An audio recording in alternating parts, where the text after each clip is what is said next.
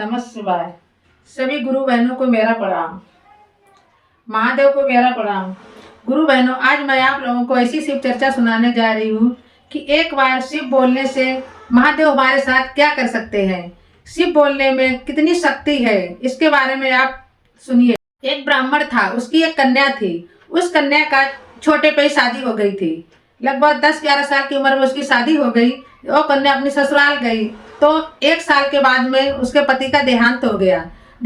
तो ससुराल वालों ने उसको घर से निकाल दिया। जब वो अपने पियर में वापस आई तो वापस आके रहने लगी। थोड़े दिन बाद उसके पिता की भी मृत्यु हो गई। उस कन्या की माँ पहले से ही नहीं थी। अब वो कन्या बिल्कुल अकेली रह गई। अकेली घर में रह के और इधर उधर साथ में बैठने उठने में उसकी संगत बिगड़ गई। कुछ समय ऐसा हुआ कि वो सबसे बाहर के लोगों से भी मिलने जुलने लगी। अब गांव के लोगों का तो यही रहता है, देखना ताक झाक करना, कौन क्या कर रहा है। तो गांव के लोगों ने देखा कि ये लड़की थोड़ी जब जवान हुई, बड़ी हुई है, तो दूसरों के घर में बैठने उठने लगी है। फिर उसकी संगत और भी थोड़ी बिगड़ी तो लोगों ने उसको उल्टा कह के और बाल पकड़ के और खसेड़ते हुए घर से निकाल दिया।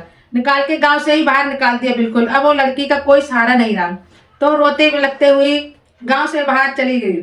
जब गांव से बाहर चलते चलते वो सोच रही कि मैं कहाँ जाऊं, किधर जाऊं, किससे मिलूं, तो जंगल में जाके रोने लगी बैठ के। जब जंगल में रो रही थी तो उसी जंगल में एक बंचर घूमता हुआ आया, यानी आदिवासी। तो वो शिकार की तलाश में घूम रहा था। तो उसने देखा कि ये जंगल में इतनी खूबसूरत लड़की, जवान लड़की अकेली जंगल में बैठी रो रही है। तो उसके पास गया, पूछने लगा कि तुम यहाँ क्यों रो रही, क्या हुआ तुम्हारे को। तब वो बताने लगी कि मेरा इस संसार में कोई नहीं है, मैं अकेली हूँ बिल्कुल। तो वो बंजर बोला कि मैं भी अकेला हूँ, तुम्हारा भी कोई नहीं, हमारा भी कोई नहीं। तो क्यों ऐसा करते हैं कि हम दोनों मिलके एक दूसरे का सहारा बने और अपने आपस में शादी कर ले, तो एक दूसरे का सहारा बन जाए। तो लड़की भी तैयार हो गई, बोली ठीक है, अब ऐसा ही करते हैं, क्या करें, हमारे जो घर पे कोई है नहीं, गांव वालों ने घर से निकाल दिया है, तो हम क्या कर सकते हैं। अब बंजर के साथ में वो रहने लगी। अब वो तो आदिवासी था, जंगली था, तो उसके घर मतलब एक झोपड़ी पड़ी हुई थी जंगल में, और कुछ राशन पानी अनाज तो उसके यहाँ होता नहीं था, कुछ था नहीं। तो क्या करता था, जंगल में जाके शिकार करता था। शिकार करके जानवरों को मार के उसको लाके उसी का भोजन बनाता, तो वही उसका एक मतलब भोजन था। तो उसने बोला, और वो लड़की का नाम था स्वामिनी। तो उसने बोला, स्वामिनी हमारे पास तो खाने पीने के लिए कुछ है नहीं, यही है जो कुछ है, तो ऐसा करो, तो मैं रोज जंगल से शिकार करके लाऊंगा, तुम इसको बना के खाना। अब देखो बहनों, ये बुद्धि मतलब होनहार जो भी करे, तो कहाँ ब्राह्मण कुल की कन्या और कहाँ जंगल में रह के जंगली इंसान के साथ में शादी करके, और कैसी उसकी बुद्धि मारी गई, विनाश काल विपरीत बुद्धि। तो उसने बोल दिया हाँ ठीक है। अब वो भी क्या करती थी कि वो शिकार करके लाता था और घर पे पकाती थी, खाने लगी। तो उसको भी लत लग गई, शिकार खाती थी और मदिरा पीती थी। वो जंगल में बोले मदिरा पान करो, शिकार खाओ, यहाँ कुछ है नहीं, तो वही खाने पीने लगी। अब उसको ऐसे करते करते कुछ समय व्यतीत हो गया। तो उसका कर्म इतना खराब था, लड़की का भाग इतना खराब था कि कुछ दिन के बाद वो बंचर का भी देहांत हो गया। उसके मतलब नसीब में विधवा का ही योग लिखा हुआ था, तो उसका भी देहांत हो गया। अब वो जंगल में बिल्कुल अकेली रह गई। 2-4 दिन तो उसके पास में जो रखा था वो खाती पीती रही। अब उसको पेट में भूख लगी, क्या करे, कहाँ जाए। तो घर में मदिरा पड़ी हुई थी, मदिरा उठा के पी ली। मदिरा पीने के बाद इतना नशे में मस्त हो गई, उसको कुछ खबर ही नहीं पड़ी मैं क्या कर रही क्या नहीं करूं। फिर उसको मांस खाने का मन हुआ, भूख लगी। जब भूख लगी तो उसने रात में ही मतलब खंजर उठाया और लेके चल दी पास के गांव में। रात बहुत अंधेरा था, बारिश पड़ रही थी और बिजली खूब चमक रही थी, और वो तलवार हाथ में लेके और गांव की तरफ बढ़ती जा रही थी। अंधेरे की वजह से वो गांव में एक किसान के घर के पास में गई। तो वहां उसको ऐसा लगा कि यहाँ पे जानवर बंधे हैं, तो मैं जानवर एक पकड़ के ले आऊंगी, मार के अपने घर पे ले आऊंगी। तो उसने जाके बकरा को मारने के चक्कर में गई तो गाय के बच्चे को ही मार दिया। जब गाय का बच्चा मरा तो उसने सोचा बकरे का बच्चा है, तो उसने जैसे ही बकरा समझ के उसको खींच के बाहर खदेड़ के बाहर ला रही थी, एकदम से बिजली तेजी से चमकी। तो बिजली चमकी तो उसको दिखा कि ये गाय का बच्चा है। तो उसके मुंह से अनायास एकदम से ही निकल गया, हे शिव ये क्या हुआ। यानी वो जैसे अपने हम सब लोग बोलते हैं भगवान हे राम ये क्या हुआ, उसी तरह उसके मुंह से निकला हे शिव ये क्या हो गया। इतना उसके मुंह से निकला, लेकिन निकलने के बाद फिर भी उसने उसको मतलब मरे हुए गाय के बच्चे को छोड़ा नहीं, खींचते हुए जंगल की तरफ ले आई, लाके उसको और अपनी झोपड़ी में रखे, उसको बना के उसने फिर भी उसको खाया। मगर एक ही बार उसके मुंह से शिव निकला था, तो वो शिव उसके लिए इतना पुण्यदायी हुआ, वो आप आगे जानेंगे। तो अब वो वहां जाकर उसने मार के खाई। उसके थोड़े दिन बाद उसके मतलब देहांत हो गया, मर गई। जब मरने के बाद में वो गई ऊपर, तो उसको यम के दूध खींचते हुए पकड़ के ले गए अमीराज के पास, वो ले जाके कि ये तो बहुत पापी अभागिनी है, इसको क्या सजा मिलनी चाहिए। तो यमराज बोले कि इसकी सजा क्या हो सकती है। तो सब दूत लोग बोलने लगे कि महाराज इसने तो बहुत ही अपराध किया है, गऊ के बच्चे की हत्या की है, इसको नरक दो। तो यमराज बोले नरक इसको नरक हम नहीं दे सकते, इसको फिर से पृथ्वी में ही मतलब पृथ्वी लोक में इसको जन्म दो और ये अपने करने का फल फिर से भोगेगी जाके, उसको ये भोगना ही पड़ेगा। तो उन्होंने उसको मतलब जन्म दिया, दोबारा से मानुष जन्म मिला, पृथ्वी लोक पे आई और एक ऐसे गरीब घर में उसको जन्म मिला जाके। और जन्म पैदा होते ही उसके माँ बाप दोनों का ही स्वर्गवास हो गया, माँ बाप का। वो लड़की अनाथ हो गई और इतनी काली मतलब पैदा हुई, एकदम से बहुत ही काली थी, एकदम से काले कलर जैसी, बिल्कुल काली एकदम से।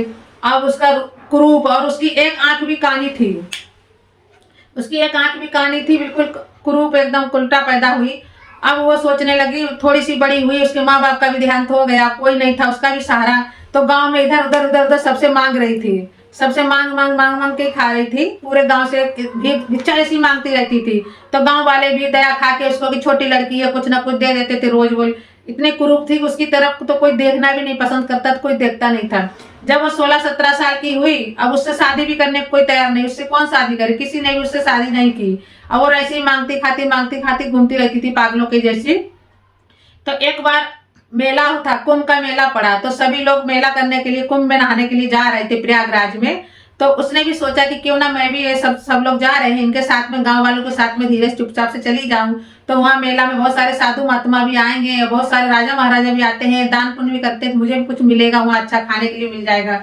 ये सोच के उन लोगों के साथ में धीरे से चुपचाप से चली गई जाके वहाँ पे मेला में जाके प्रयागराज में भिक्षा मांगने लगी, बैठ के भीख मांग रही थी बैठ के। तो उसको सब निकलते जा रहे थे, कोई कुछ दे ही नहीं रहा था, कोई इसकी तरफ देख ही नहीं रहा था, सब अपनी धुन में चलते जा रहे थे और हर हर महादेव के नारे लगा रहे थे, मगर उसको कोई कुछ भी नहीं दे रहा था। देखो बहनों, अगर कोई मांगने वाला बैठा अपने को मिलता है तो उसको जरूर कुछ ना कुछ दे देना चाहिए, कि पता नहीं कि इसका कौन सा नसीब था, कि कौन सा पाप है भुगतने के लिए इस संसार में आई है जो मांग के खा रही है। आज उसका ऐसा नसीब है तो मांग रही है, तो अपना कर्म ना बिगाड़े, अपने उसको कुछ ना कुछ, ज्यादा नहीं तो थोड़ा सा ही कुछ दे के निकलना चाहिए। अब वो लड़की बैठी सबका आस लगा रही कि हमको कोई दे देवे, कुछ मांगने, कुछ हम मांगे दे दे, हम कुछ खा ले, उसको किसी ने कुछ दिया नहीं। वहां से एक साधु निकल रहा था, तो फिर वो हाथ फैला के मांगने लगी। तो साधु ने चलते हुए उसको एक पत्ता डाल दिया। जब वो पत्ता उसके कटोरे में गया तो उसने देखा कि बेल पत्री है, बेल का पत्ता है। तो सोचने लगी इस बेल पत्री को मैं क्या करूं। तो उसको गुस्सा आई, सोची देखो तो किसी ने कुछ दिया नहीं, एक पत्ता दिया, पत्ता थोड़ा खा लूंगी। तो उसने पत्ता उठा के जोर से फेंका तो बहुत तेजी से हवा चल रही थी, तो पत्ता उड़ते उड़ते चला गया। थोड़ी दूर पे एक शिवलिंग बना हुआ था, महादेव का मंदिर था, शिवलिंग था, उस पे जाके चढ़ गया और वो वहां पे चढ़ गया। उस दिन वो शिवरात्रि का दिन था, शिवरात्रि का ही मेला सब लोग करने गए थे। तो बेलपत्री उस पर शिवलिंग के ऊपर चढ़ गया। जब वैसे बेलपत्री चढ़ा तो महादेव बहुत खुश हुए। महादेव को लगा देखो एक हमारा ये भक्त, मतलब बड़े बड़े भक्त तो सभी आए हैं और ये तो निर्धन है, गरीब है, इसके पास कुछ भी नहीं है, और उसने एक बेलपत्री हमारे इसके हाथ से चढ़ी। तो उस बेलपत्री की वजह से महादेव ने उसको मुक्ति देनी चाहिए। तो वो लड़की वहीं भूखी बैठी रही। तो निकलते बैठते मेला में ज्यादा भीड़ भाड़ इधर भगदड़ हुई थोड़ी बहुत, तो वो गिर गई, भूख की वजह से गिर के वहीं पे उसके प्राण निकल गए। जब मर गई, मरने के बाद में सीधी उसके यम के दूत उसको लेने आए। तो शिव के दूतों ने उनको मार मार के भगा दिए, बोले नहीं इसको तुम नहीं ले जा सकते हो। तो यम के दूत बोले क्यों, ये तो बहुत पहले से ही बहुत पाप करती चली आई है, हमेशा मतलब ऐसी है, इसने कुछ दान पुण्य तो किया नहीं है, इसको क्यों नहीं ले जाए। तो शिव दूत बोलने लगे कि हमारे महादेव ने हमको बोला है कि हम इसको अपने पास लेके आए, और इसने आज शिवरात्रि का व्रत कर लिया है, शिवरात्रि बेलपत्री हम पे चढ़ाई है और इसको हम अपने साथ ले जाएंगे। तो वो शिवदूत उसको महादेव के पास लेके गए। महादेव के पास जाके उन्होंने दिया जाके कि देखो मैं इसको लेके आया हूँ। तो महादेव इतने खुश हुए। महादेव बोले स्वामिनी यार तूने बेलपत्री मेरे ऊपर चढ़ाई है, तुमने एक बार शिव बोला था, उसकी वजह से जो शिव बोला था उस वजह से तुमको मतलब नरक में नहीं डाला गया, पृथ्वी लोक पे दोबारा जन्म दिया गया कर्म भोगने के लिए। अब तुमने अपने सब कर्म भोग लिए, जो भी तुमसे गलती हुई थी, जो भी तुम्हारे कर्म खराब हुए सब तुमने भोग लिए, और तुमने बेलपत्री हमारे ऊपर चढ़ाई है। आज से तुम हमेशा हमारे लोक में ही रहोगे। तब से उस कन्या का कोई शिव पुराण में, कोई वेद पुराण में कहीं भी कहीं जिक्र नहीं आया। स्वामी नाम की जो कन्या थी हमेशा के लिए शिव लोक पर चली गई है। हे बहनों, एक बार शिव बोलने से अगर इतना अच्छा हो सकता है तो हम क्यों ना दिन रात महादेव का नाम नमः शिवाय जाप करेंगे, तो हमारे को भी कुछ अच्छा ही हो जाएगा, क्यों नहीं अच्छा होगा। इसलिए सबको शिव का जाप करना चाहिए, नमः शिवाय बोलना चाहिए। गुरु बहनों, अगर मेरी चर्चा आपको थोड़ी सी भी अच्छी लगी हो तो हमारे चैनल को लाइक और सब्सक्राइब कीजिए। नमः शिवाय।